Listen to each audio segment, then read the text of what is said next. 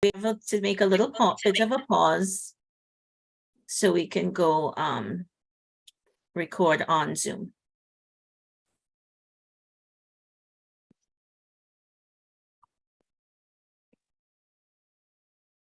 We are now live on YouTube.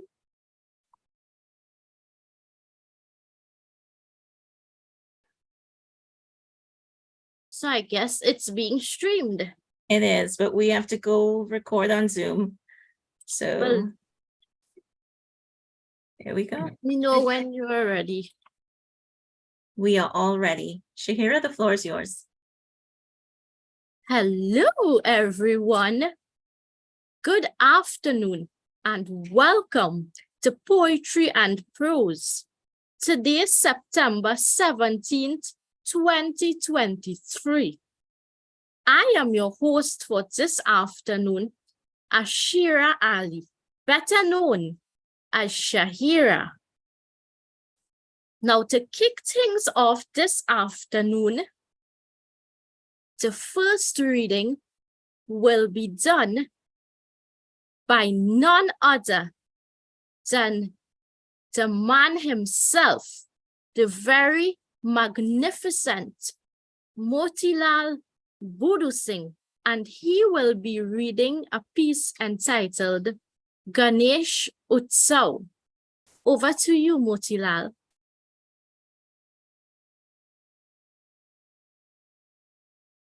Thank you, Shahira. Let's see, page 63. All right, just want to get this thing correctly. Page.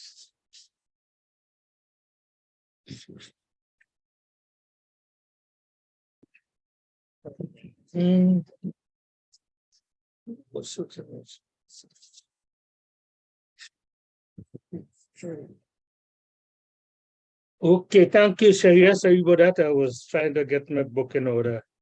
In Trinidad, around this time, most of the temples are preparing for what we call Ganesh Utsav.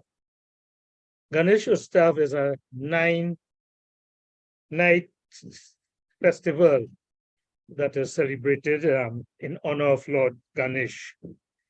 And it starts in some temple tonight and in others tomorrow night. So today I want to share this story, Ganesh Utsav. Om Gam Ganapatiye Namo Nama Siddhi Vinayaka Namo Nama Ashtavinayaka Namo Nama Ganapati Bappa Moria.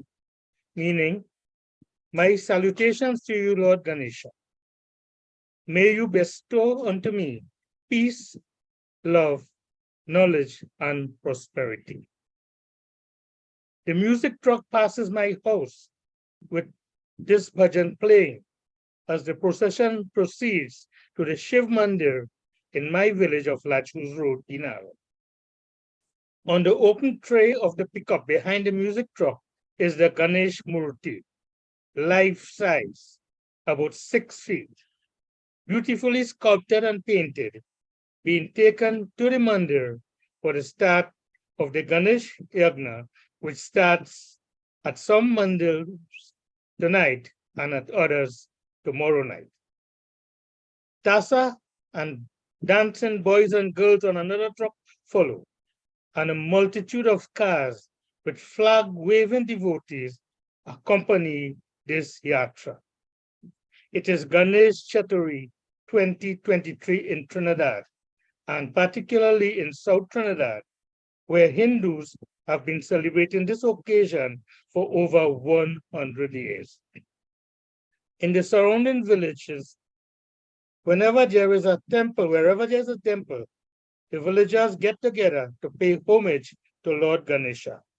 Ramaitres and Jokantres temples have been doing this for over 100 years.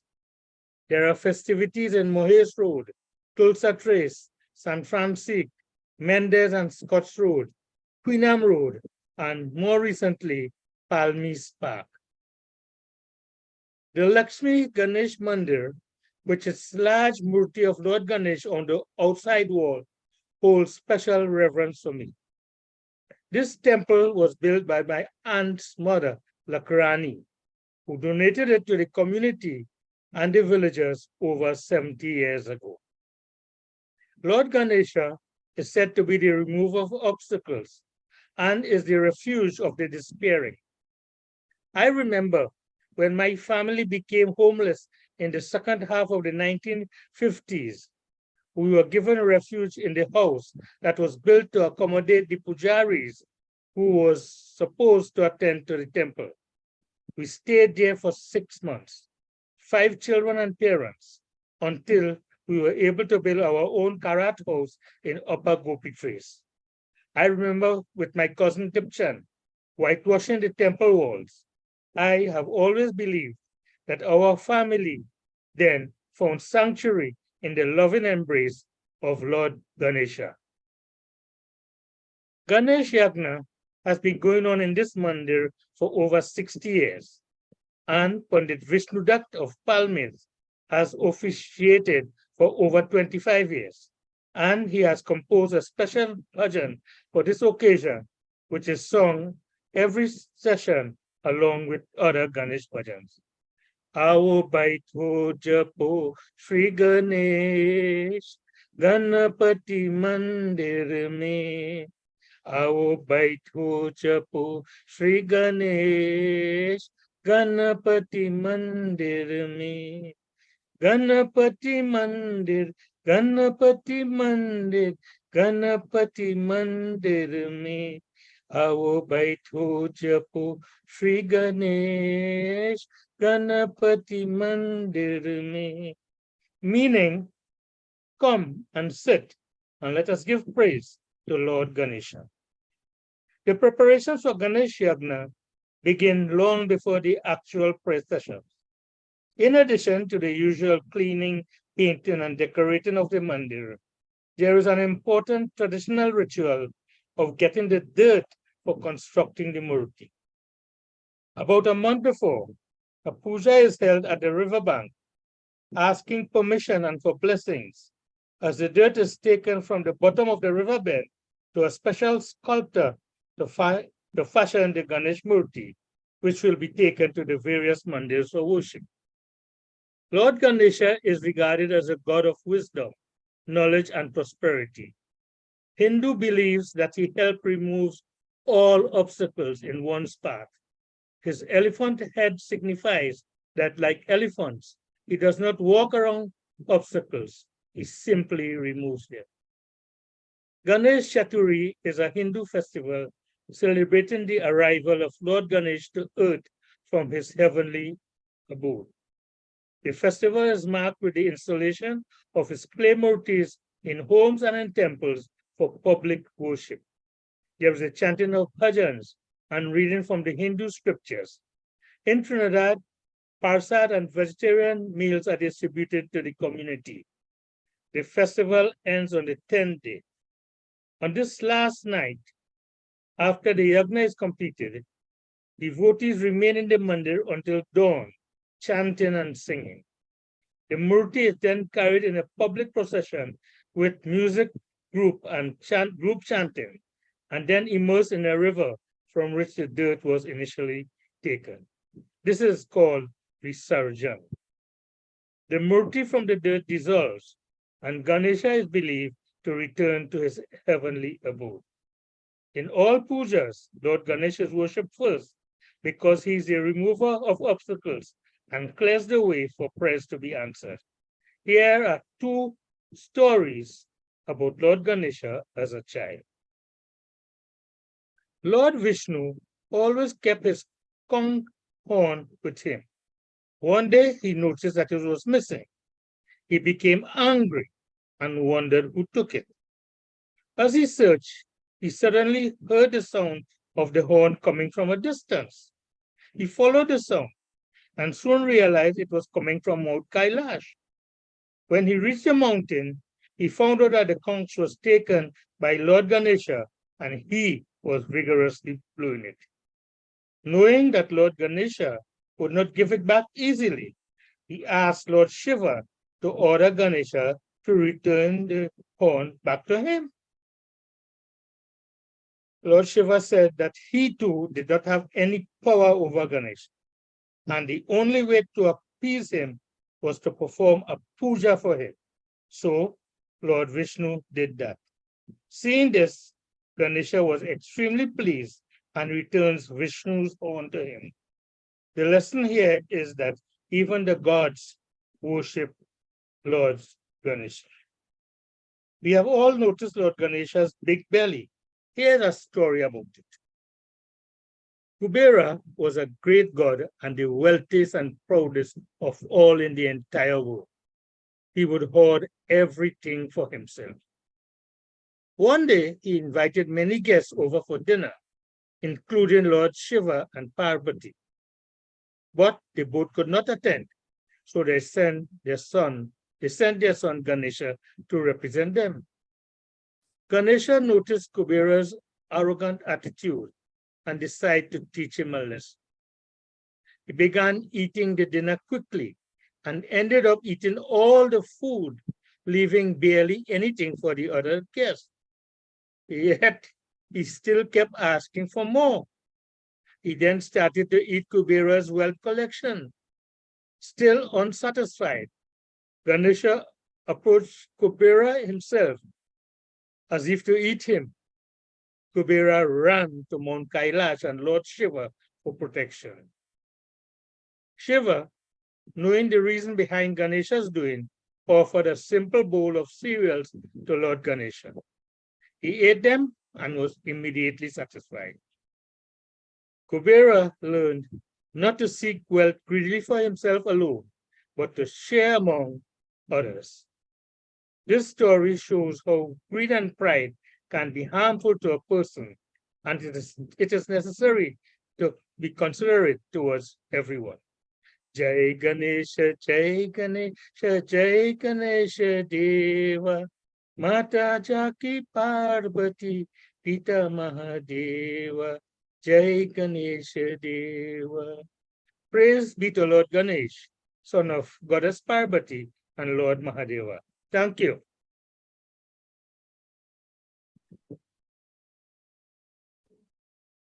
Thank you very much for that very informative, educational story about Ganesh Chaturthi. Funny enough, I have always been intrigued by it, and I must commend you on your singing. I really love to hear you sing. So yes, well done indeed. Up next, Thanks, we Shahira. have Motilal's writing have always been able to capture the rich depth of the Hindu mythology.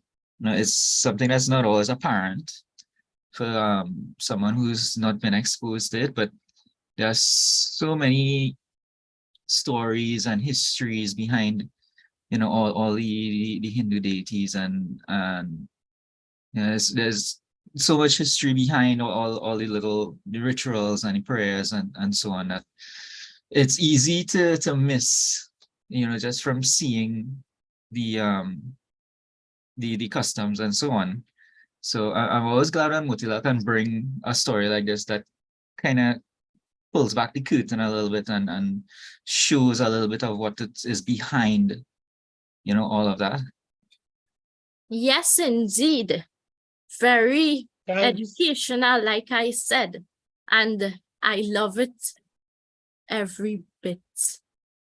So up Thanks, next, thanks, Shahira and Darren, but I live it. I live in Pinal and I have always been involved, so I actually live it. Thanks very much.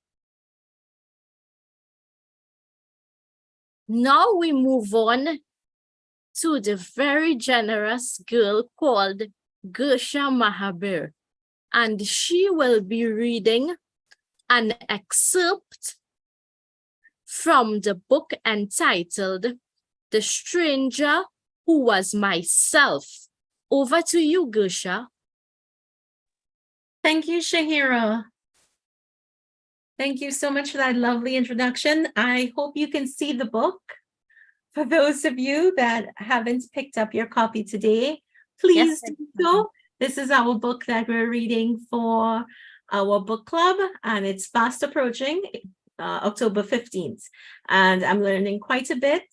Barbara also has a reading coming up with this particular book where she'll be selling copies. So if you don't have your copy yet, check her out on Facebook so you can get the details, right? And you can probably get a signed copy because she'll be there reading. I wanted to read just an excerpt. Forgive me, I have to take off my glasses. Marmee cooked our meals in the kitchen. Marmee cooked our meals in the kitchen shed on a 2-burner pitch oil stove placed at one end of a long, narrow table. On the rest of the space, she stacked an iron stewing pot, a sharp knife, our plates, cups, deep soup plates with rims, and an odd assortment of spoon, knives, and forks. After a few years, when Miss Cobos moved out to join her son in America, we got her room. And when the other people moved out, sometime after, we were able to occupy the whole house. Perhaps that's when Pappy bought the house from Mr. Savory. I must have been in my mid-teens at the time. I don't think any of us children had any sense of either being tenants or becoming a family of homeowners. When the change happened, Pappy didn't live with us, but he was the person in charge. And as he was always secretive about his real life and his dealings, I never knew whether he bought it outright with cash or had taken out a loan.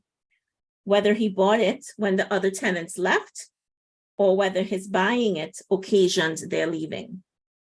I wonder now whether Marmee knew any more than I.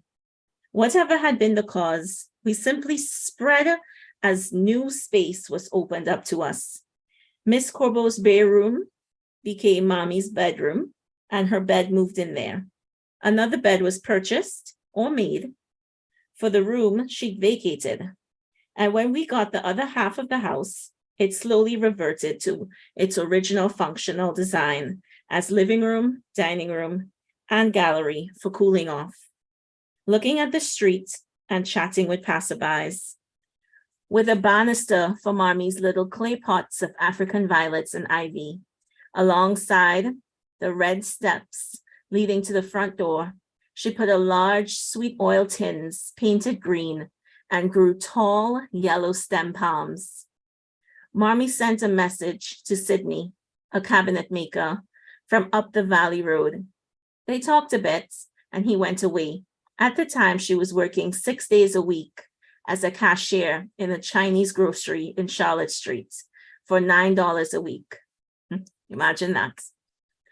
From this, she put $1 a week in a susu. She took the first hand so that Sydney could buy the wood and start to build the furniture, a mahogany carved arms Morris chair set, an oval dining table with hardback chairs. These would bring the drawing room and dining room to life. After that susu cycle had finished and a new one started, she once again took a first hand to pay Sydney for his workmanship. Sacks of ticking stuffed with coconut fiber and beaten into shape with a long hooked boyas became seat cushions. These stylish floral cushion covers and lace curtains for long French doors came with the rhythm of the susu cycle. We children took it all in stride, this flowing into new space and having new things. But while I hadn't particularly felt deprived before, I did feel a lift in moving up in the world.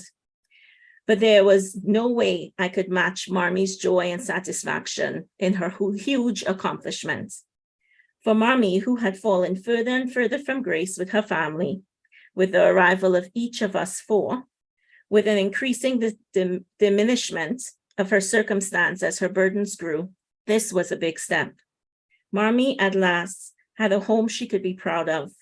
She worked hard over the years to keep up this standard. She made improvements to the kitchen, maintained the yard, and created a pretty garden in the front. And to think that Poppy had decided to sell her home while she was away, working as a domestic nanny in Brooklyn, and an illegal alien there, unable to come home and fend for herself. How could she come back? She would be denied re-entry to the land of opportunity if she left. And to think that Poppy had waited for me to come back home to break this news to me, not in person, but manipulatively through Marmee's sister's husband. And to think he was expecting me to give my blessing, which I did, with the promise he relayed through uncle-in-law that he would give her half of the 28,000 Trinidad and Tobago dollars that he got for it. Imagine that. House like that today will go for millions. A promise he didn't keep, because he said he'd used it up by the time she was able to return home to fix up her papers to go back north, no longer an illegal alien, but with a green card holder. And I'll stop there. It's quite intriguing. And I must say that I feel as if I'm getting a glimpse. Now, this is a memoir. I'm getting a glimpse into someone I never knew or never thought that this was this person's life. So it's quite nice. And I picked that excerpt because it really touches on little Trini things. So like the two-burner stove and the kitchen and stuff like that. So that's my share. Yes, Thank you for listening. Yes, I'd just like to make a brief comment here. I've met Barbara Jenkins on quite a few occasions at Booker's Lit and reading and all that, poetry and prose and all that. And, I always think of her, a sort of posh lady coming from a little high society. And I have read excerpts from the book too. I tried to get the book in the bookstores in South. I didn't get it. But I've contacted Barbara Lala, who is arranging this reading in South. And I should be by her place sometime next week to get my copy. But what I want to say is that, I could empathize, I could feel with her and the poverty and all that, because I remember that when my family, when we moved up from the chulha to the two-burner pitch oil stove, that was a little movement for us. But what happened? We didn't get rid of the chulha. We kept the chulha there because at that time kerosene was 7 cents for a rum bottle, which was quite a big price. And you could always go in the little woods nearby and collect free firewood. Yeah. Thank you. Yeah. Imagine working for $9. Yes, that's $9. Gersha, up to in the 60s, people used to work for $2 a day planting rice in the lagoon. Wow. Some of my stories will tell you that. And even in 1971, I started working at the Texaco refinery there. And I had a girlfriend who was working a store, I won't call the name, on High Street. And they used to get $15 a week in 1971, 72. Imperials? Just to put things in context. Thank you very much, Gersha. Well done. At this time, I will be reading a story entitled Perseverance Wins Success by none other than Mr. Motilal Budu Singh.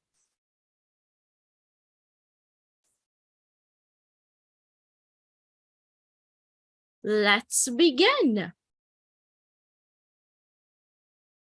Perseverance wins success. I started attending the Suchitris Hindu school in 1958 when I was 8. My family had moved from Bhagirati Trace in Latros Road, and we began living at Suchit Trace. Before that, my sisters and I were enrolled at the Penal Rock CM School. This was a big change for me, moving from a Christian school into a Hindu school.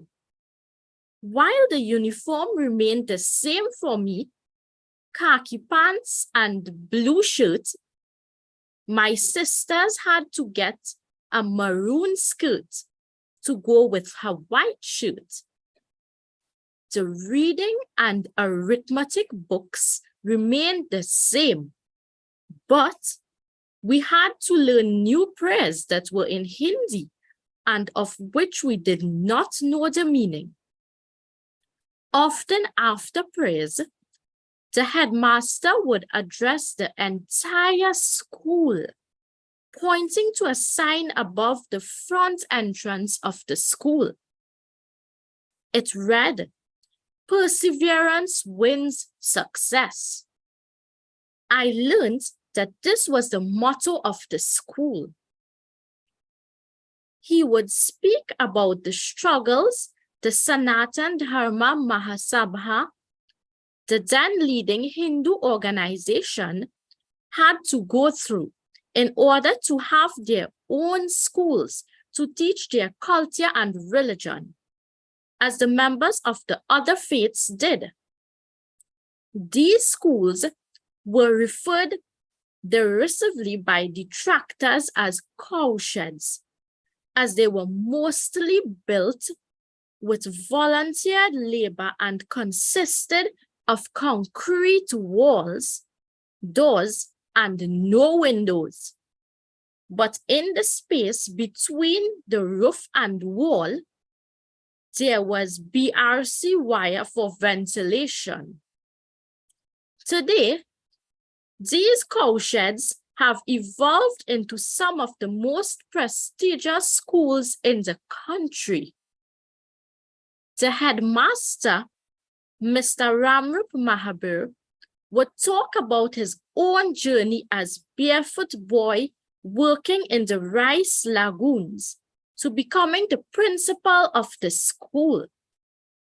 He related his experience of his many attempts at the school leaving exams while attending the Penal CM school until he finally passed and being accepted as a pupil teacher.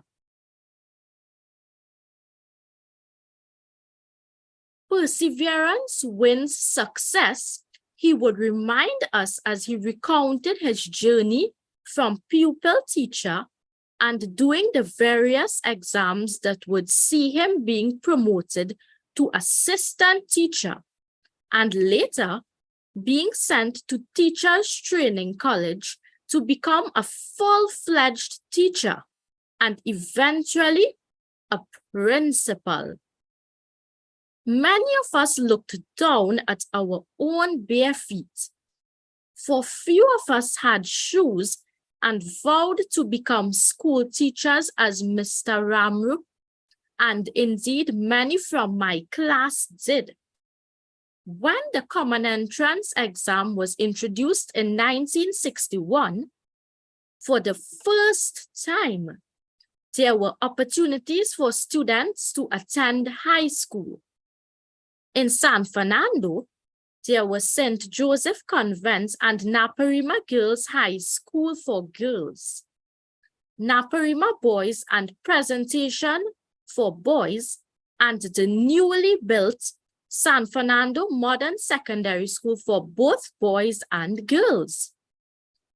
The other option was the co-ed Irie High School in Siparia. Enter Mr. Ram Kilawan Maniram as the new teacher of the Common Entrance class. I was in the class of 1962. Mr. Maniram drilled us in all aspects of the examination. We did the test papers in English, test papers in intelligence, test papers in arithmetic, and test papers in general knowledge over and over again. The progress papers series was similarly treated. We did extra lessons at no cost during the lunchtime break and on evenings after school. We learned the student's companion and the new first aid in English from cover to cover. When the results came out, our school got 2 passes and I was 1. However, we had a class of well-educated and well-rounded pupils, some who went on to private high schools and others as apprentices in various trades and became successful men and women. I am sure if they were writing the exams today, they would all pass. Some of the so-called failures are now doctors, lawyers, engineers, electrical and mechanical technicians, and businessmen and women. My younger sister was overburdened with housework while attending high school. She did not pass common entrance and was sent to the private high school, Victoria College in Penal. My father got sick and my mother became the sole breadwinner for the family. She worked as a seamstress as well as a market vendor. As a result, most of the household chores fell to my sister Shanti. She became cook, washer, cleaner, and caregiver to the younger children, leaving little time for her studies. When she wrote her GCEs for the first time, she passed only 1 subject.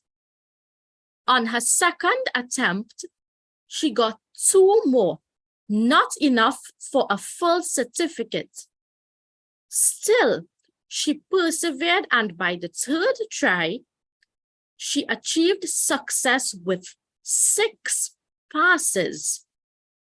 She became a teacher and completed a bachelor's degree in special education and a principal at a school for children with disabilities because she never gave up. When I started secondary school at San Fernando Government Secondary School in January 1963, in those days, the school year started in January and ended in December. We had to wear a badge on our shirt pockets. Of course, I was also wearing shoes now. Black leather being part of the uniform with brown pants, white shirt, and gray socks. The badge had the letters SFGSS to denote San Fernando Government Secondary School. There were also 2 other words at the top and bottom of the badge. Tenax Propositi, which was the motto of the school. This was Latin, which translates into persistent effort leads to success. I found this to be similar to my primary school motto. Perseverance wins success. Fast forward 5 years later, there were 2 classes writing GCE, Form 5-1 and 5-2. Each class had 30 pupils. I was in 5-1. When the results came out, only 10 students got full certificates, with the rest getting 3 and 4 passes. I was among those. We had no way of continuing our education as most of our parents could not pay for us to attend private high school. And if we had to write the alternate exams, that should be the London GCE, it would cost quite a bit. We asked the principal to allow us to repeat Form 5 without success. He citing lack of classroom place and noting we had completed our 5 years of secondary school. Mr. Wayne Davis, who was our form teacher and had developed a close relationship with his students, knowing of their poverty and other disadvantages, took up our case. He was told to find a place. The students repaired the discarded desks and scored the entire school for desks that were not in use. The problem of location was solved when we had a makeshift classroom outside the building behind the toilets and utility room. 30 pupils made up the class. Others whose parents could afford going to private secondary schools. When the next GCE results came out, our school did very well. We got 38 passes, 27 being from the repeater class. Most of these went on to graduate from university, with some become doctors, lawyers, engineers, and teachers. I got a job as a technician with the oil company Texaco, but never gave up my desire to attend university. I got my degree in literature and communications. When I was 65, I was persistent in perusing my dream. And that's it for this story. I really hope you enjoyed. I certainly enjoyed reading it. Thank you, Shahira. I really enjoyed it. And I think that story is a clear example of the difference of today, where they got together and they put this school together because they needed it, as opposed to just protesting or, demanding that the government do something. Persons before would do things like sweep the drain in front of their house, instead of saying, oh, well, why is this place so dirty? And I love that story because of that. I remember when I was in school, my 8th grade teacher, we were moving from 8th grade to high school. So going into like secondary school. And my teacher made a yearbook with all of us, and she paid for it to be printed out of her own salary. At the time, I didn't really appreciate it. I enjoyed it, because we did the layout in class and everything. But as an adult, knowing what a teacher makes, knowing that she would take the time and the effort, and on top of that, her money to print those books, I see it in from a totally different space. Thank you for reading. Yes, great work. And I must admit that I did not know that you, Motilal, got your degree in literature and communications at age 65.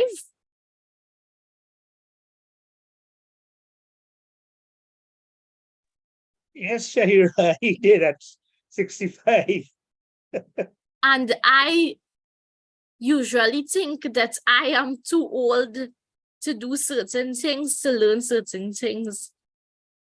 It's never too late. It's never too late. You must never give up on your dreams. It's truly inspiring. I mean, at age 65. Yeah.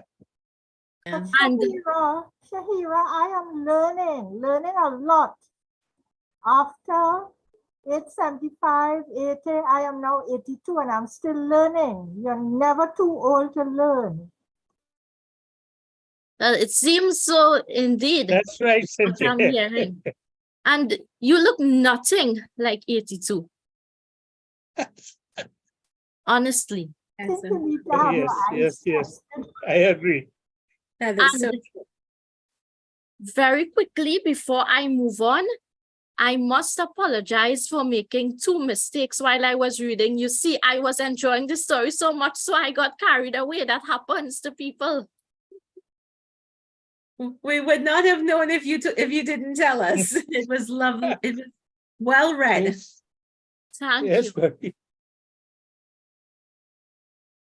So up next, we have someone who is always working, but yet takes the time to attend almost every poetry and prose meeting.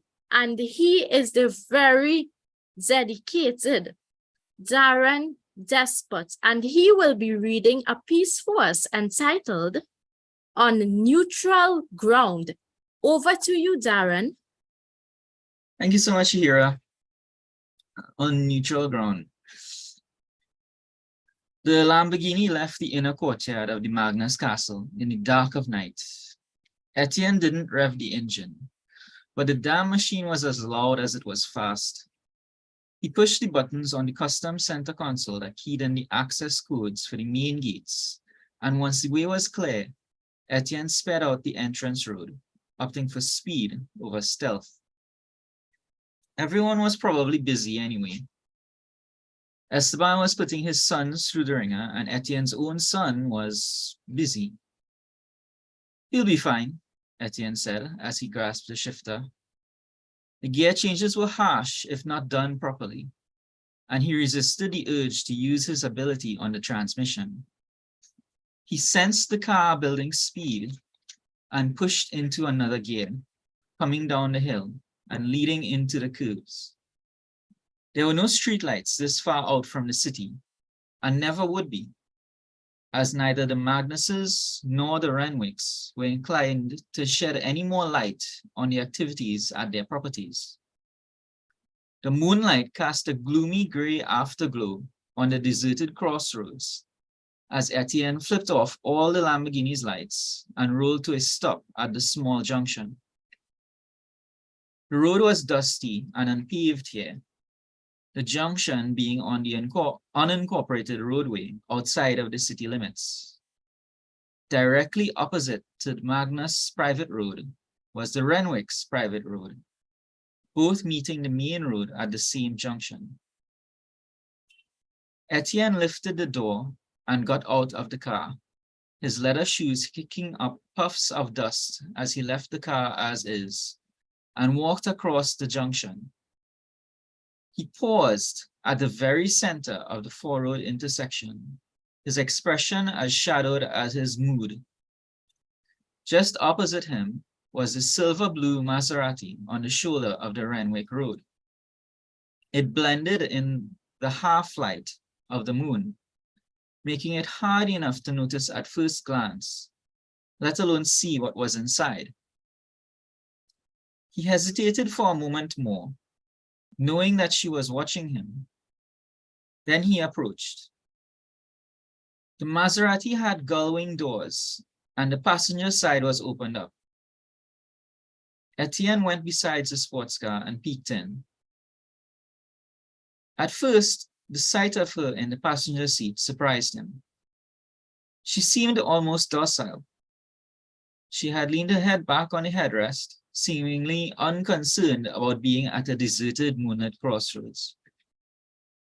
Her eyes were closed, and she seemed content to just ignore the world around her. It almost looked like she was asleep. Of course, Etienne knew better. She wasn't sleeping. Far from it, she was holding tightly to her left arm, and he could see her battling to keep self-control. When she spoke, her voice seemed especially loud in the quiet of the lonely road. "You'll have to drive," she said. At first, she wasn't sure he would do anything of the sort. She felt his presence still there beside the car, not answering. Until finally, he reached up and closed the door down on her side, making sure it was closed before going around the car to sit in the driver's seat. "What happened, Gemma?" he asked. Gemma opened her eyes, and a moment of hesitation caught hold of her. Was there really a way to explain? Her injury throbbed with pain, and an exasperated breath escaped her lips. She was tired. "Your son broke my collarbone," she said. She tried to sit up gingerly in the ergonomically reclined seat. She leaned forward, and Etienne found himself staring at the way her head brushed against the headrest, messing her hair. He was then distracted by the way she managed to shrug off the jacket, revealing a sleek, sleeveless black top. "That's very," he blurted, but then caught himself, having no graceful way to complete what he had almost said. She paused, waiting to hear what he was going to say. "Flattering," he finished. She glanced at her shoulder, confused. "You have to help me," she told him. Their eyes met, and for a moment, it wasn't about the injury. "Gemma," he said. "Yes, Etienne," she replied. Etienne shook his head, forcing himself to focus. "Nothing," he said, looking closely at her bare shoulder. It was red and inflamed where the broken bone had caused tissue trauma. She had gotten this a lot earlier tonight, and then she had still had it in her to drive back here.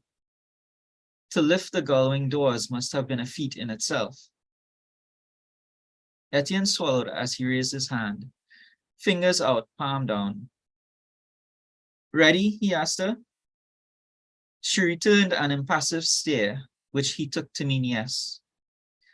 He relaxed himself, breathing out slowly as he cast his spell. 5 thin points protruded from his fingertips, and then they kept on protruding into 5 thin cables. The cables extended through the air, snaking like lines on a circuit board. They came to her shoulder, and the cable tips paused, barely touching her. Then they pierced the surface and entered the flesh of her shoulder.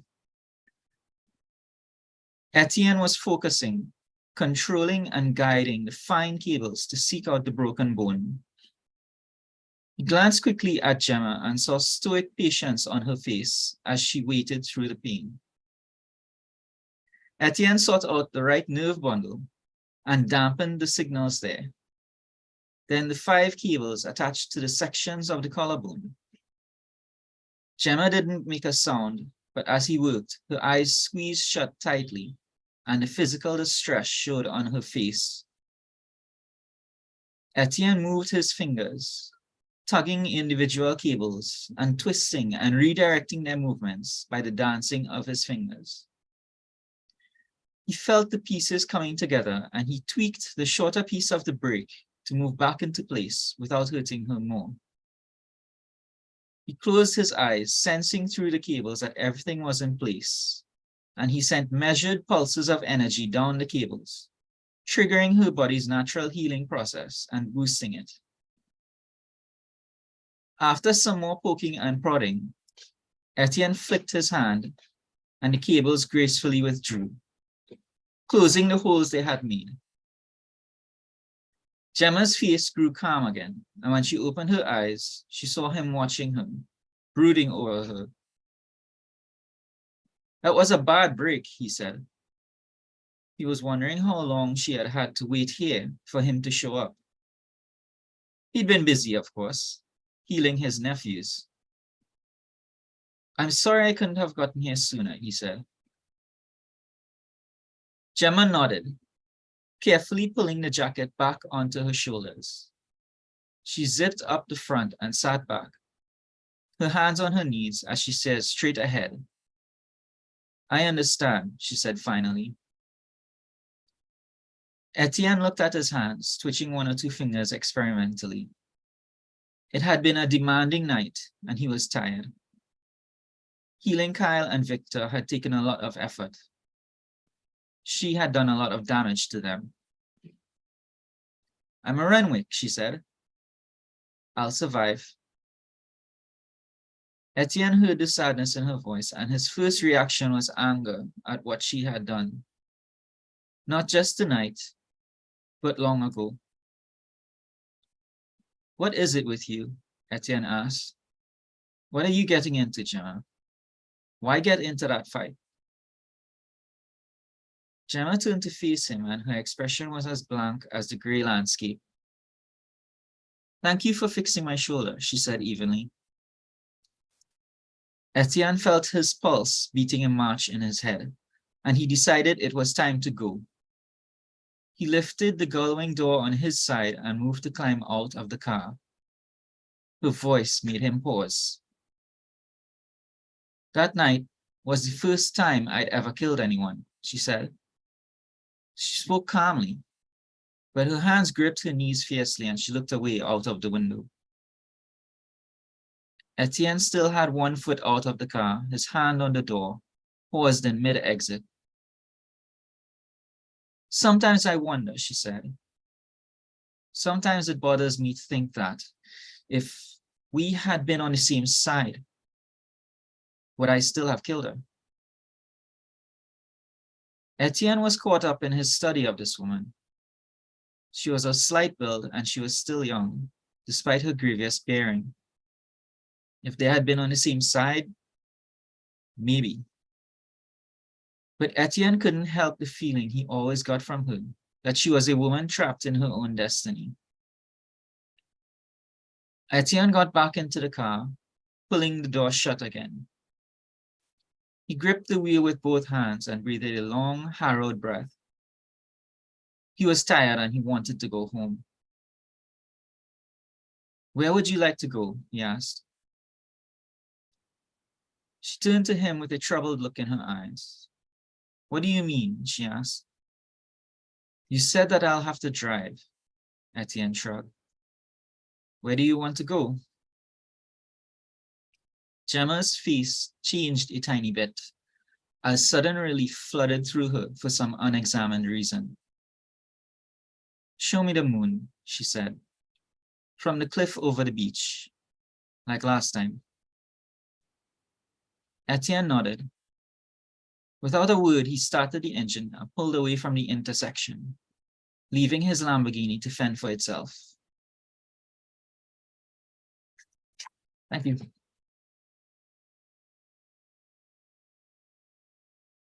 Thank you very much, Darren. Very interesting indeed.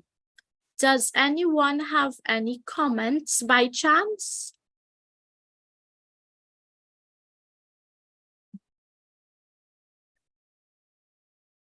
If not, let's move on. So now, do you know whose time it is? Well, if you don't, I'll let you know. It's Mr. Motilal Budu Singh's time.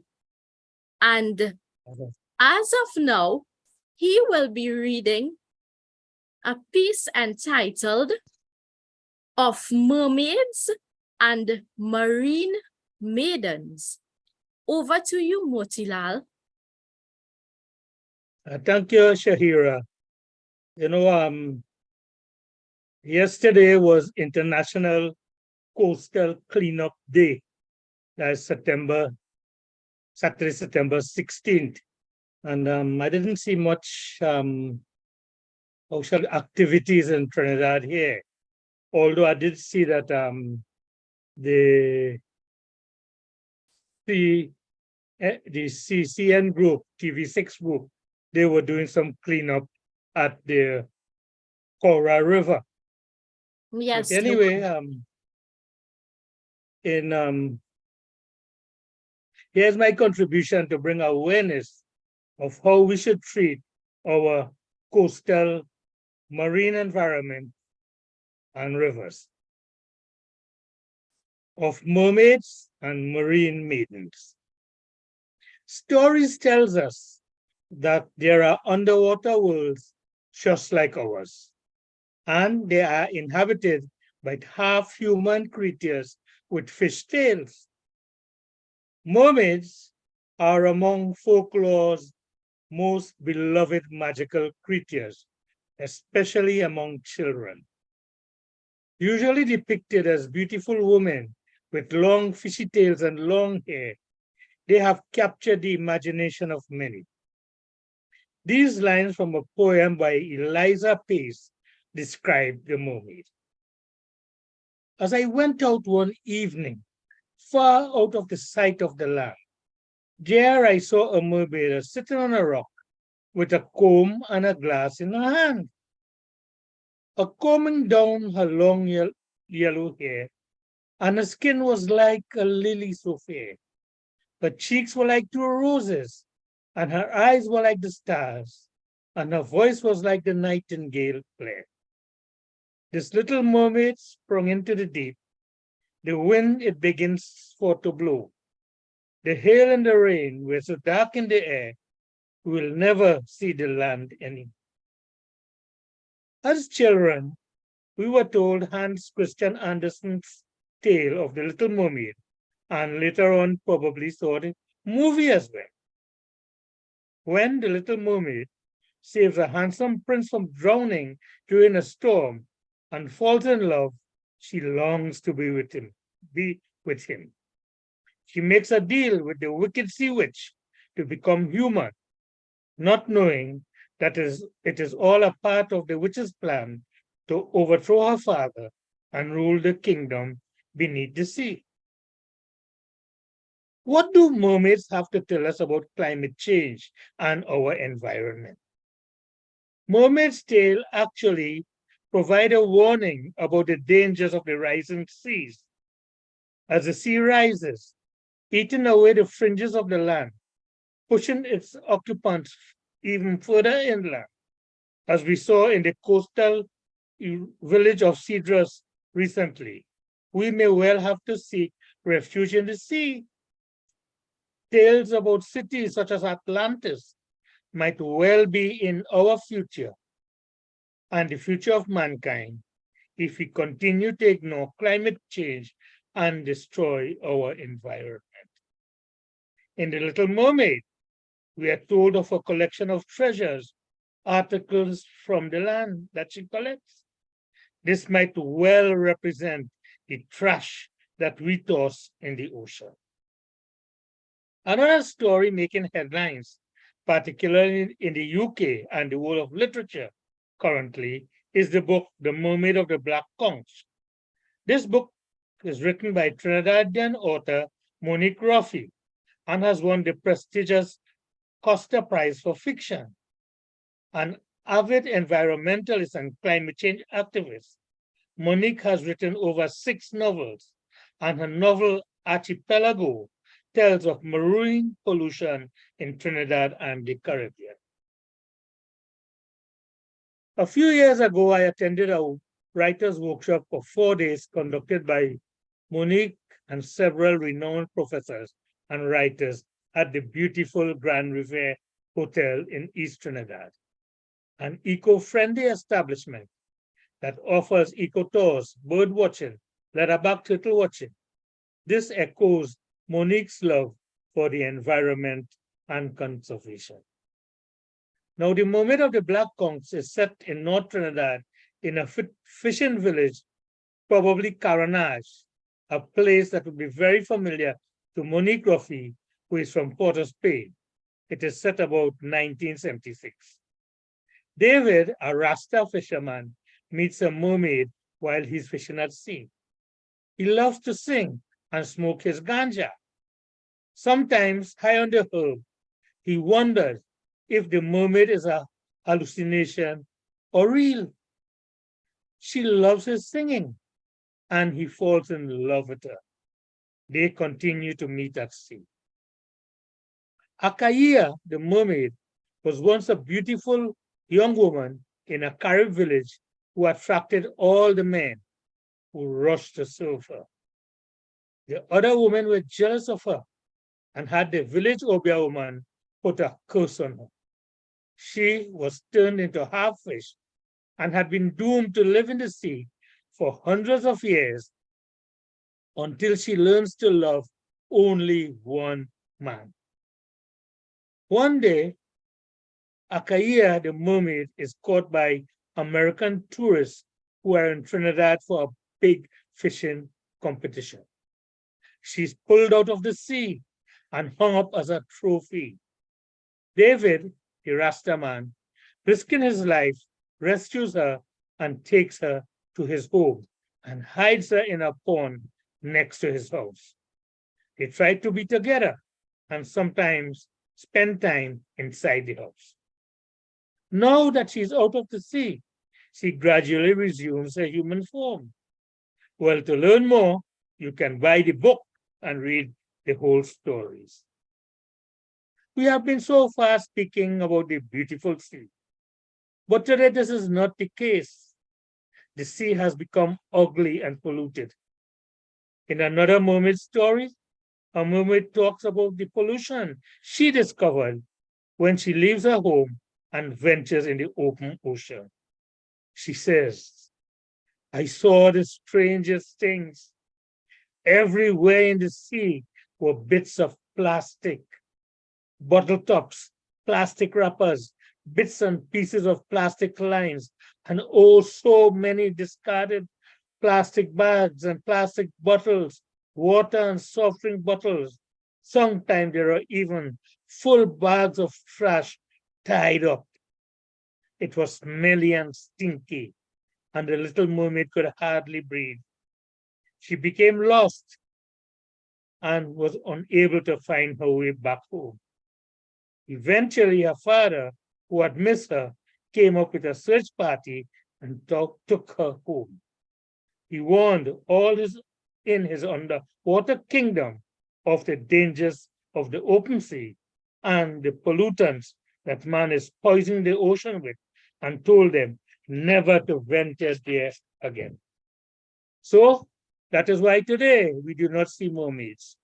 Now, if you want once more to see mermaids, we must take care of our environment.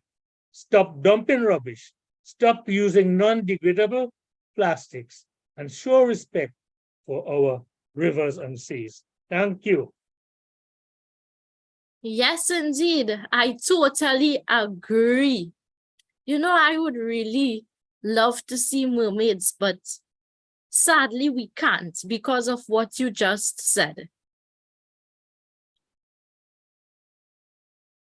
Up next, we have yet again the very gorgeous Gersha Mahabir. And I guess she's reading again for us because she is so gorgeous. And she will be reading a piece entitled 3 Odes to God, to Bed, to My Toe Sock. Sounds very interesting indeed. Over to you, Gersha. Thanks, Shahira. Yes. So I've been going through my collection, as you all know, and I came across these silly poems that I wrote. Now, not every poem is meant to be published. I truly believe that.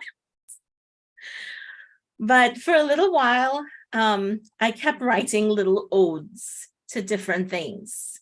It started with a friend on Facebook that recommended that we write an ode to toe socks. So everyone just wrote their little thing. And then I kind of just continued. And maybe we'll do a workshop in the future on odes that may show up as our writing prompt soon. So I'll start with the silly one first. Ode to my toe sock.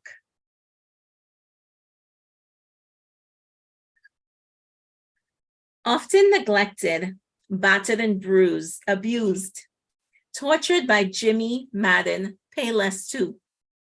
In the name of fashion, lifted and twisted, leaving me blue. When no one is looking, I'll slip into you. Worn with no regard, my toes' secret pleasure. You're my robe with holes, dancing in the nude, singing in the shower, eating peanut butter from my finger. Toe sock, rainy days belong to you. The days when I have the sniffles or I'm in a tiff with my boo. Sunday morning with my newspaper. Mental health days too. All you. Sure, I may treat with special care my Jacobs and Milanos, but remember, they will never have the place in my heart that you do. That's my ode to my toe socks. And if you don't know what toe socks are, they're like gloves for your feet. So That is so cute. yeah, any comments? I would definitely like to try a pair of those to see how silly it looks and how funny. Actually, all of us in this room right now should get one and try it. I don't think two socks would work for me. Me pulling on my socks before running off to work is like a soldier trying to throw back a thrown grenade. It's just grab and go. Oh boy. Just kidding. But Yeah, no, but I like that. You see, poetry writing in general should be something that is fun. It should be something recreational. I think in this, in recent times, it has kind of become seen more as a career path or some kind of, I don't know, shortcut to fame and fortune. But at heart, that's not what it's for. It's to enrich life, and allow expression and bring peace of mind. Being able to have fun with a poem like this is something every writer should be able to do. I think that comes first. so true, Darren. So true. I'm gonna go on to talk about my most favorite place. Ode to my bed. You wrap yourself around me. You keep me warm. Darkness is my world with you. We eat together, we read together, and you share in my candlelit tea. Your comforters are of many, always giving me a soft place to lay my weary head. Our conversations are diverse and fulfilling. You absorb my tears, enjoy my laughter. You keep me away from my exercise. You are there when I sleep and awake, in softness and in strength. Where I spend most of my time, we watch TV, talk, read, write, all while you comfort, hold, and embrace me, making me your own, allowing me to be my own. That's my ode to my bed. Any comments? Yes. Yes, Tricia, we could all relate to our beds, and I like how you was inspired by your two socks. Recently coming out of this bypass operation, where they took this vein from my leg to put by my heart there. And I had to wear this what they call compression socks. That was to prevent any clotting and all that, and to keep the veins, I suppose, taut. And I had to keep it on for nearly 2 months. Hmm. So I thought as it as a burden, but I like how you you like your two socks. And as regards to your bed, what I want to comment to is that we can take such simple things and make such profound statements. So I want to congratulate you for that. Thanks. Thanks. Yes, Gersha, I can see that you really love your bed. Spend way too much time in it, that's for sure. Hopefully I'll learn Well, to you love come it just someday. like me. Well, I don't think you have anyone here who spends as much time in bed as me, to the point where they get totally fed up. Now, what is this am I seeing This here? is the last one. So the last one is entitled Ode to God. And this would be the last piece that I'm sharing, the last ode. And it will conclude my 3 odes. Ode to God. You're the reason I don't feel like eating no more. Suddenly, my heart is healed. Never gonna come back to this. You got me thinking, it's time to return to me. Now I'm rebuilding. Crazy how no one else will ever take your place. The next time they want to leave, it's not going to affect me. Because you give me all I need. You're the reason I'm smiling, the only reason I'm breathing. All this love I'm feeling got me thinking, you're all I'll be needing. That's my ode to God. I think it's hilarious when I read my own work, because especially with the toe sock one, I didn't realize how much of my work during a sit-in time involved me inserting name brands into my work. And then there are other pieces like Ode to God, where my diction is so different. So it's very interesting to reflect on the old pieces. But thank you for allowing me to share my odes. Great job indeed. I enjoyed every piece. Let me see if I am seeing correctly over here. So, my name again? Well, it looks so.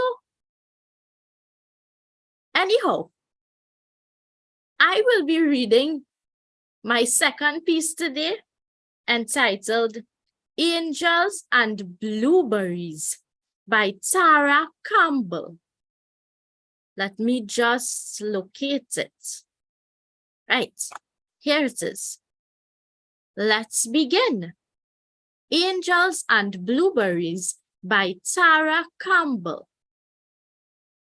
Why is the sky blue, you ask? Well, it all depends on who's answering. If you ask a grown-up, you'll probably get an answer about light and how it bounces off air particles and how certain wavelengths, that is, colors, get absorbed, and certain colors, that is, wavelengths, get kicked back out, and those certain colors, wavelengths, that is, blue, are the ones that you and I can see. If you ask a scientist, you likely get an even more confusing but way more convincing version of that answer.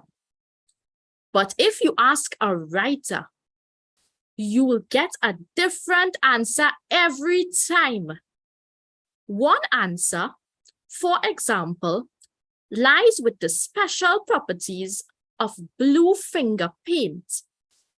Whenever children use blue paint, tiny particles of it dissolve from their hands into the air and color it blue. Over time, the pigment fades. But as long as there is finger painting, there will always be blue sky. Another answer is related to the blue-eyed creatures at the North and South Pole. They are always looking up into the sky, and the blue of their eyes reflects back for the whole world to see. You've probably never heard of these polar creatures because they know how to hide from satellites and explorers. The reflection of their eyes is all we'll ever see of them. But the answer I think is true right now concerns angels and blueberries.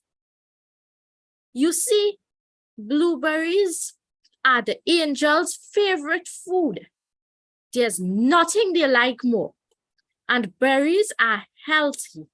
So it's a happy coincidence. The only problem is angels are sloppy eaters. And they eat pretty much all day. Of course, they do other things like play the harp and sing and keep little babies from getting into the bleach under the sink. But they still have lots of time to munch on blueberries. They live forever. After all, so little bits of blueberry wind up all over the sky. Even worse, some angels don't like the blueberry skins. So they peel each berry before eating it and toss the skins to the side. This doesn't make them blatant litterers. Mind you, they know they'll get around to picking up the skins, just not at that very moment. So as the day goes on, the angels eat more and more berries. And as the sun goes down, its light reflects through the berry pulp and juice, creating wonderful reds and oranges and yellows. And still the angels eat, and the sky grows darker and darker, with blue skins and bits of berry. The angels keep on munching until, with the exception of little gaps for the moon and the stars, no light can get to the earth at all. In fact, there's not even enough room for the moon most of the time, which is why you only see the whole thing once a month. In the middle of the night, God finally has enough, and she tells the angels they have to start cleaning up their mess. Of course, they start right away, but it's a big mess and it takes a while. And as they clean, you can see a little bit of light start to penetrate the layer of blueberry waste. Dawn begins as they wipe and scrub. And daylight breaks when they finally clear away enough blueberries for the sun to shine on the earth again. The one problem is that blueberry skins stain, and the angels can't scrub the traces away completely. Some days they do better, and the sky is light blue. But on very sunny days, you can see the full extent of the staining, and the sky is a rich, dark blue. But God isn't that concerned about the stains. She actually thinks they're pretty, and the renters down on the surface don't mind. And she's not planning on moving anytime soon. So it's not like she has to worry about resale value. What matters to her is that the angels did their best. Now, you may wonder what would happen if the angels ever got tired of blueberries.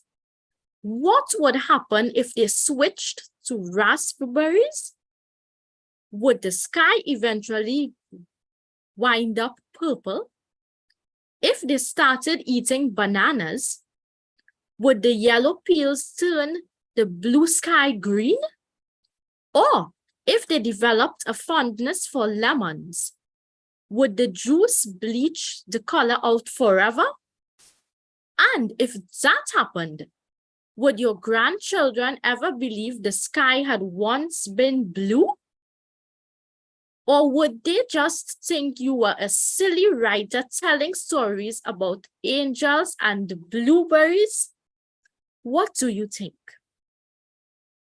And that concludes this story for today. Hope you enjoyed. What I like about it, I like the imagery. I like the contrast of this tiny little blueberry against the backdrop of, you know, the grand celestials overhead. I think the imagery goes well together. Any further comments? So what do you think? Do you think it's a writer? Well, as for me, I would say that writers will write anything that comes to their minds. I just kept thinking of Greek mythology when you were reading, and how we created these grand things. That's my comment. Yes, let's move on. Now, if you think that he's done with us today, he's certainly not finished as yet. You see, he just enjoys reading so much and is so dedicated and devoted. Darren Despot will be reading a piece entitled Titanfall. Over to you, Darren. Okay. Titanfall.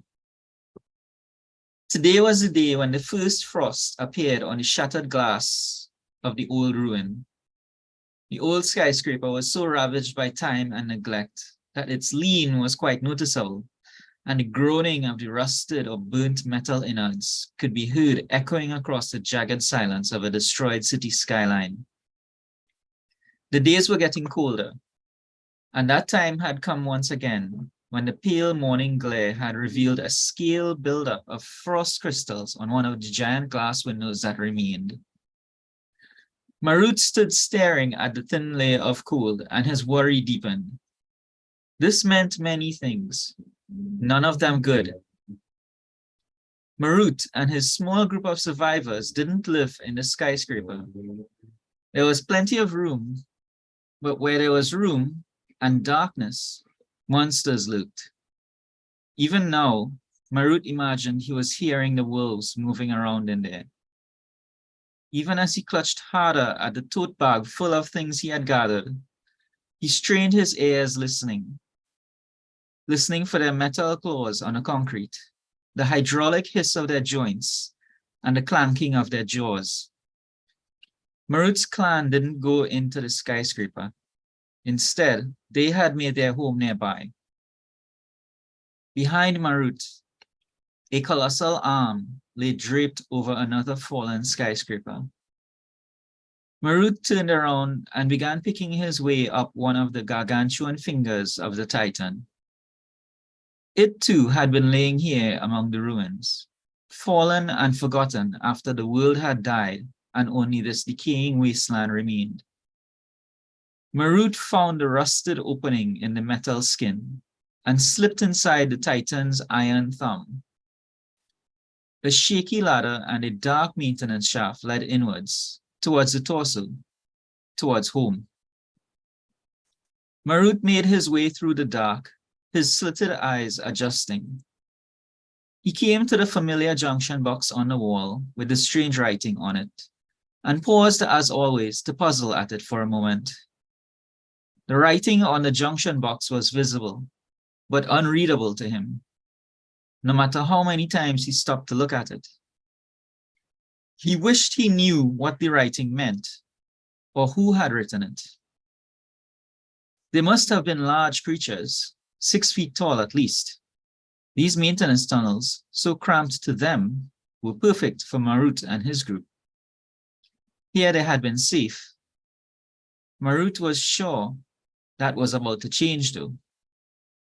Marut came to another ladder and climbed up it with one bony angled arm, his other arm still clutching the tote bag as he clambered out a hatch into a more spacious chamber.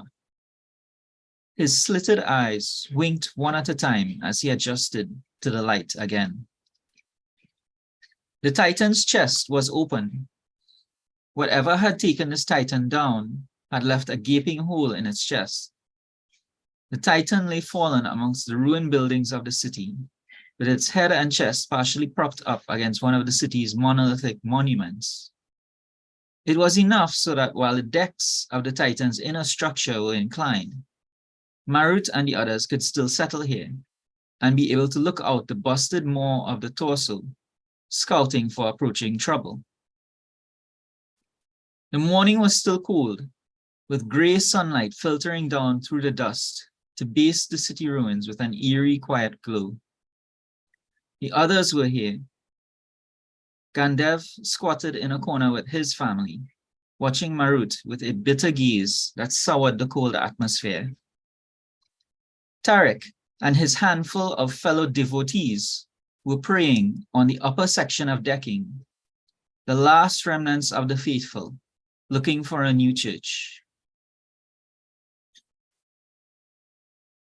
Marut sat down on the floor by himself and opened the tote bag he had been lugging up here. He looked inside, tersely studying the collection of rocks he had collected. Yes, his clan didn't go into the skyscraper, but he did. He'd figured out that the wolves avoided moving around at night. If he was careful not to alert them, he could sneak into the skyscraper and explore the abandoned floors, searching for rocks. Not just any rocks, special ones. Though it was difficult to tell them apart in the dark of the building. Marut tentatively poked through the rocks in the bag, somewhat disappointed. A piece of iron, an old gear lever, sailed through the air and clattered and banged to the floor at Marut's feet. The noise interrupted Tarek and his followers, and they shushed at Gandev. Gandev ignored them, instead focusing a tense glare at Marut. "Where were you?" Gandev grunted. Marut examined the gear lever before setting it aside. "I went to search for supplies," Marut chirruped in reply. Gandev crept forward on his angled arms and chitinous legs. "You went to search for death," he roared. "And what's worse, you're bringing it back here." "I'm not doing any such thing," Marut cooed in reply. "I'm trying to help us. All of us." "Help us," Gandev grunted in disgust. "You're picking up rocks. How is that supposed to help anyone? You're wasting your time, and worse than that, you'll bring the wolves back here." Marut screeched in exasperation. "The wolves will come here on their own. They don't need anyone to bring them. Not my rocks or your shouting. We're not safe here anymore. Can't you feel it?" "Feel what?" Gandev growled. "I feel nothing. It's all in your head." "You feel nothing?" Marut chirped. "Nothing," Gandev rumbled. "You're cracking up. You'll put us in danger yet if we don't stop you. If I don't stop you." A silence fell between them. In that silence lay the death of the city, in ruins for generations now. The death of the Titan, fallen from the sky centuries ago. And the end of Marut and Gandev and their little group, staring them in the face. A small sound skittered across the emptiness, drawing Marut and Gandev's attention out the hole in the Titan's chest plate. Out there, on a pile of rubble, a wolf was standing. Its metallic frame didn't move, maintaining a certain stance so that the solar panels on its back would catch most of the dawn sunlight. The wolf's head, however, tilted slightly, and its oily black eyes peered across the distance, up at the Titan's chest wound. Flashes of emotion shook Gandev's mandible. Anger, and then fear. Marut chirped, "Yes, you're feeling nothing, because a strange rumbling from the Titan's diaphragm has been stopped for 3 weeks now. That rumbling was what was keeping the wolves away. But now, they must think it's finally dead." Gandev's eyes widened. Of course, that's why it had been so quiet lately. It had been getting on his nerves. Ever since Gandev's family and the others had set up camp here, there had always been a constant drone of machinery somewhere deep in the Titan's body. The steady vibration and low noise had been easy enough to ignore, and Gandev was not the type to interfere with anything so out of his league as a Titan. But the noise had stopped. Gandev hurried to the edge of the deck, looking out into the open. The wolf was still there. Gandev watched as it lifted and stretched the leg, and then looked around before focusing on the Titan again. A second wolf appeared, emerging sluggishly out of the shadows of the decrepit skyscraper. The wolves reacted to the sunlight somehow, and it was all that the second wolf could do to get to the sunlit rubble pile. The first wolf was warming up though, and where there was one wolf, there were much more than two. Gandev gritted his teeth. "We need to leave. They're going to come in." "No," Marut whistled. "We need to restart the Titan." Marut went back to his bag of rocks. With hurried motions, he grabbed first one, then another. One at a time, he cupped his hands around them, holding them up to his eye to see if they had that faint, wispy, telltale glow he was looking for. A lot of it was junk, hastily grabbed by mistake when scavenging in the skyscraper at night. But soon he found the first glowstone and set it aside, going back to the pile again, looking for more. "They're coming," came a loud wheeze from the upper decking. Tarek and his followers had a great view from their raised position, and they pointed out the opening at the clearing with a huge pile of rubble. 4 wolves now stalked over the crest of the pile. The sun had continued rising since Marut's return at dawn. The wolves were able to walk now, and they carefully approached the Titan, aiming to investigate its liveliness. The wolves had klaxons mounted, and they communicated in very quick blasts of jarring sound. Marut heard them and gathered up the glowstones he had found so far in an armful, taking them to the lower section of decking. There, he tugged at a heavy metal hatch. Large warning signs all around the hatch decorated the space in black and yellow iconography. Marut could not understand the symbols, but he was looking at the amber siren light instead.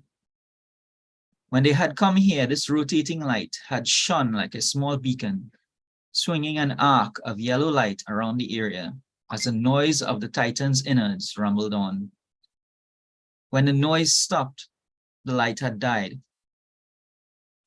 Marut knew or believed he knew, how to restart it. One of the symbols on the wall seemed like nothing at first, but Marut eventually began to suspect that the symbols meant the glowing rocks.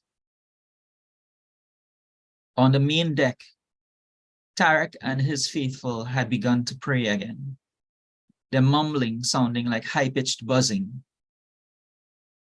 Gandev had gotten more agitated and resorted to throwing some of Marut's discarded rocks at the approaching wolves.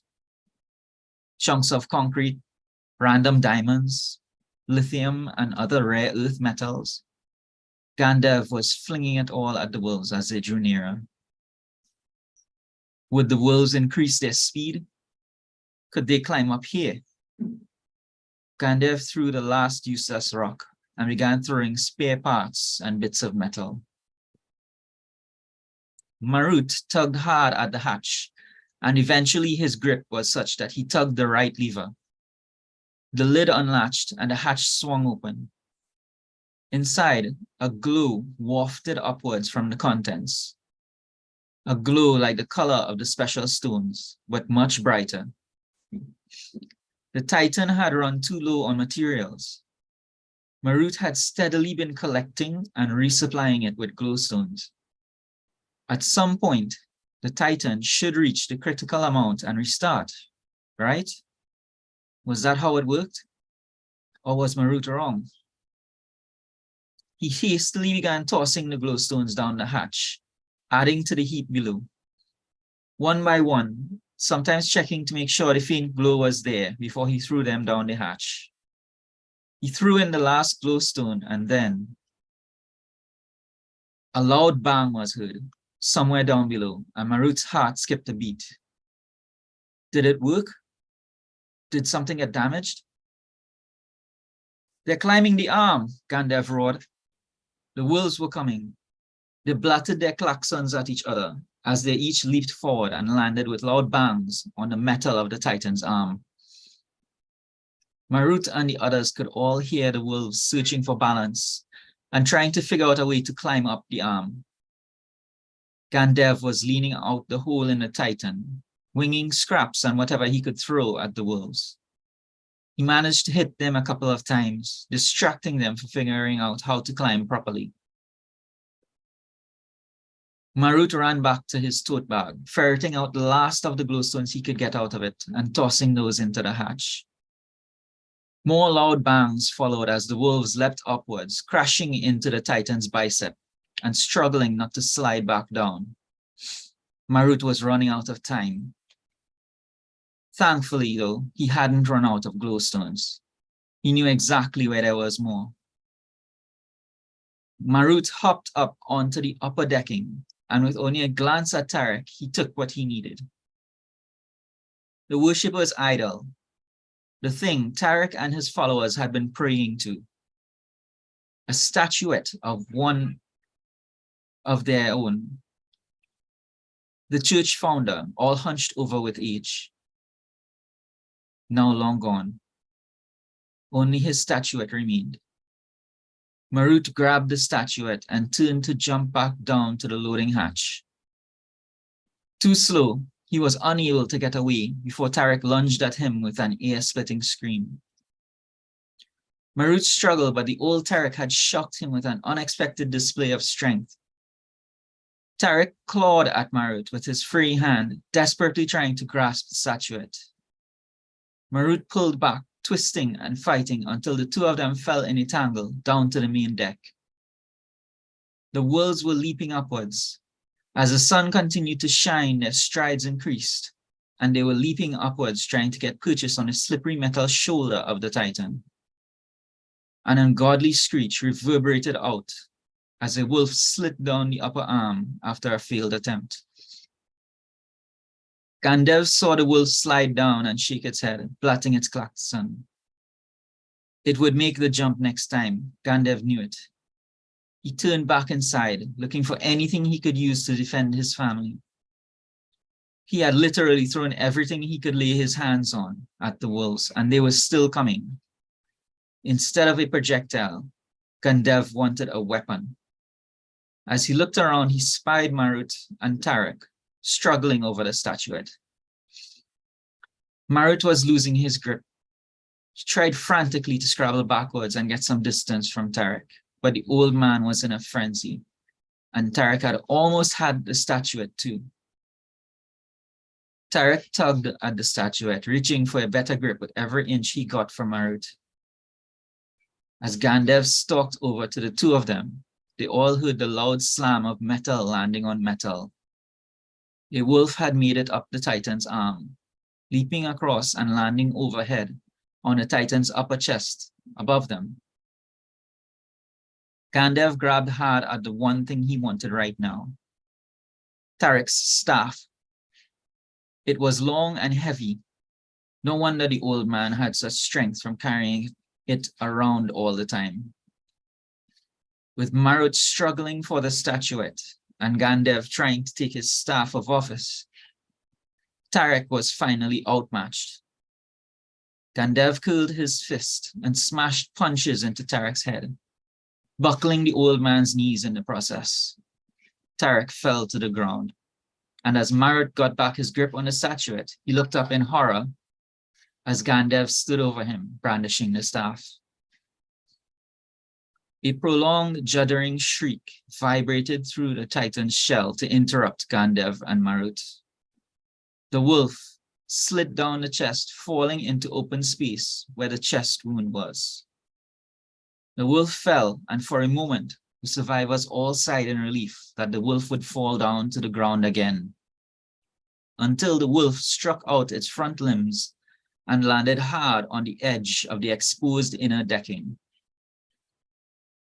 Gandev shouted and ran at the wolf, wildly swinging the staff and striking the wolf as quickly as he could, trying to push the heavy creature off the edge.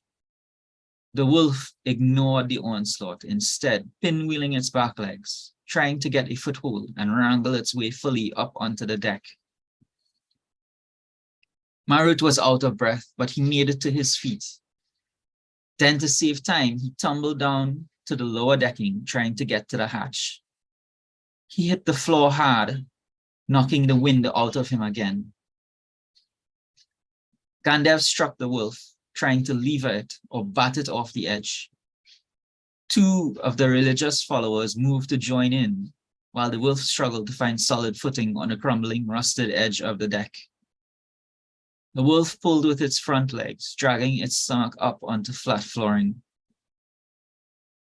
Marut got to his feet, but the wolf was just a hair faster, bringing its back legs up under its haunches and planting all 4 feet before Gandev. Marut moved to the hatch as the wolf blasted its klaxon. Marut tossed the statuette in, struggling to close the hatch after. The statuette was about 20 pounds of pure glowstone. It was enough. As it tumbled down the hatch, the glow of the other stones brightened in response, and Marut never knew how lucky he was that he finally got the hatch shut. A massive thud shook the Titan, throwing the wolf and the survivors off their feet. A bright beam of light shot skyward out of the Titan's open mouth. It was as though the light was propagating itself by setting the air on fire. A clanking groan of dormant gears and actuators waking up echoed throughout all of the Titan's decks as the Titan's mouth automatically closed to contain the blast. Then at last, sounds from below. The low rumbling, the familiar gritty vibration of the Titan's hidden mechanisms running again. Marut opened his eyes, and the first thing he saw was the revolving light, shining out amber illumination in sweeping arcs. The wolf regained its footing very quickly, looking at each of the survivors in turn. But when the rumbling began, it took a step back, then leaped out into the empty space off the edge of the deck and out of the Titan's chest. Gandev got to his feet. One of the faithful reached for the staff, but Gandev growled menacingly, refusing to give it back just yet. He walked to the edge, looking down triumphantly. The wolf that had leapt out withdrew to the pile of rubble and gave short blasts and blips of its klaxon. The other wolves responded and turned back, withdrawing to the skyscraper. The first wolf took one look upward and joined the others in retreat. Gandev shouted in triumph, brandishing the staff like a victor's flagpole. Above him, far above, the Titan was awake, watching the retreating wolves and wondering who was making so much noise in its chest. The end.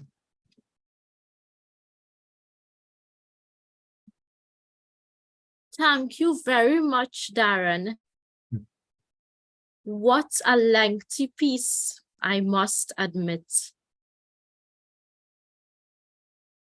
Yeah, I had a lot of fun with this because I'm still learning how to do suspense correctly, and how to build and maintain tension.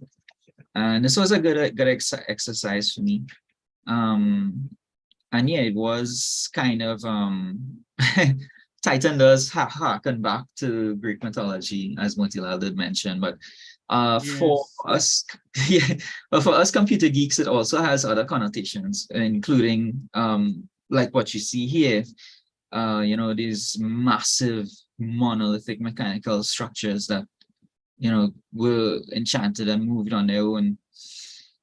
Yes, indeed, Darren, you know, maybe like Don Quixote's windmills. Yes. Yes, Darren, I indeed. just want to make a little suggestion, you know. Mhm. My experience has taught me that when you're reading to an audience, sometimes if you go too long, you lose your audience. So Yeah, this was I a whole usually try to keep my pieces under 10 minutes or so. So yeah. I would like to suggest that, you know, you could break it up into 2 pieces. Some of your things are made. Yeah, no, this was definitely a long piece. It's one of the longer pieces that I put out here.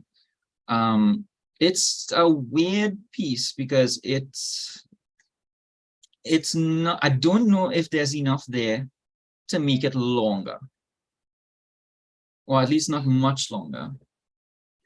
You know, one of the things I could I want to say to that there is a market, you know, for this type of futuristic science fiction writing. Sometimes they have things in the on the net, they ask for stories like this, so you could probably look into that. And before I go, to everybody here, our next meeting is on the 1st of October when we be featuring Vilma Susanka as our author of the month. I have pieces that I want to send out to people to read. So if anybody want to read, they could message me. Otherwise, you know me, I go just choose people and tell them, well, look, you're going to read that. So Vilma, we doing Vilma's Susanka author of the month on the 1st of October. Thank you. And then another thing to us, we here, I'd be launching my book, Darren, on the at the Daybell Library on the 21st of October.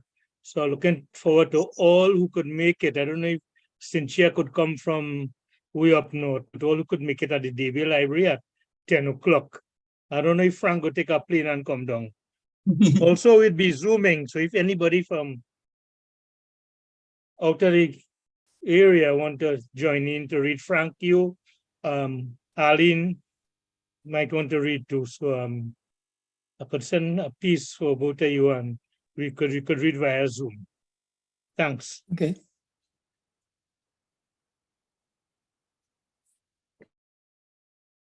Our final reader for this afternoon is coming to us all the way from Canada. And she is the very hard-working writer called Heather Laltu Ferguson. And the piece she is reading is entitled Mayaro Morning.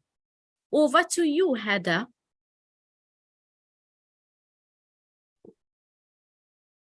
She's our last reader, but certainly not least at all. She's the very talented. I've been waiting for this piece. Yes, because indeed. from the Last but not least. it Thank came you. from the writing prompt. Hi, Heather. This came from your recent writing prompt because I wasn't sure I was going to make it because of the hurricane. It's called My Arrow Morning and it's very short. The water is always calm when I go out at 4 a.m. It is as if it is exhausted after the night's labors, the ever-changing tides, the tumult of wind and wave. Now glass-like, its surface still upon the sand, a mirror reflecting the morning coming, the colorful sky in all its glory, the canopy vast, the horizon far, the breezes playful and gentle, caressing like a balm. The water is always calm when I go out at 4 a.m. That's it. Heather, I'm gonna ask you to read it again because I'm hearing the rhythm, but I feel like I'm missing some of the words. Oh, okay. The water is always calm when I go out at 4 a.m. It is as if it is exhausted after the night's labors. The ever-changing tides, the tumult of wind and wave, now glass-like, its surface still upon the sand, a mirror reflecting the morning coming, the colorful sky in all its glory, the canopy vast, the horizon far, the breezes playful and gentle, caressing like a balm. The water is always calm when I go out at 4 a.m. I love it. Well, can I just do one more? I know we're getting You on, but certainly can. You certainly can. I liked the piece with the calmness in Yeah. terms. This is the piece that I missed. I'm happy I asked you to read it again. Tiredness. Imagine the water actually feeling that emotion of being tired with the crashing again and again. Lovely. So this one, you're talking about having fun with, some of the little odes that you did. And this was one I had a lot of fun doing with just with words. Because I got hung up on the pecan and pepper sauce. I sent you something like that earlier with the titles. This is called the Hotspot. Hotspot, pecan and pepper sauce. Hot, hot, hot. Carney run shop dyes his spot. Sally and Jessica posing for soap. Delia and Maria dancing slow, slow. Upstairs, the ladies putting on show, hugging and kissing man for so. Back in the village, tongues wagging so. Truth or rumor, nobody know. That preacher fella under the shack, feeling up Stella, all up she back. So much a commerce, so much a fight, so much a bacchanal all through the night. Pecan and pepper sauce, hot, hot, hot. This little village, hell of a spot. The end. Love it. It's Thank you, naughty. thank you. I always say, Hera have a serious tabanka for my arrow, because she writes so much about my arrow. I Yes. mean, don't blame her because, and then other piece there, I would like to think of it as standpipe gossip. Motilal, that is what you get when you grow up in a house with the preacher man. But then you were living opposite the standpipe. Yes. That's very true. Nice of standpipe gossip there. Nice, Sarah, nice. Nice. Yes, very nice. Okay, I think before we close, I just want to thank everyone for coming out today, thanking everyone for reading. We were supposed to show the video and discuss, but perhaps we can choose another day during the week. If you'd like, we can do that because our next meeting on October 1st, we have Vilma that we're featuring. So as Mutilal would have said. So if you guys want to watch the video so we can discuss it, let me know what day and we can certainly meet up on Zoom and put it on. All right. As for our writer's prompt, once again, didn't have time to get to it, but it's there for you to try at your leisure. So Heather, thank you so much for attempting. You did a wonderful job. And Ashira, I'll pass on to you so you can wrap up. Thank you very much to everyone who took the time to read for us this afternoon. It was truly enjoyable. And to all of the viewers, both local and abroad, thank you for watching Poetry and Prose. And we look forward to seeing you next time. Till then, may the good Lord bless. Okay.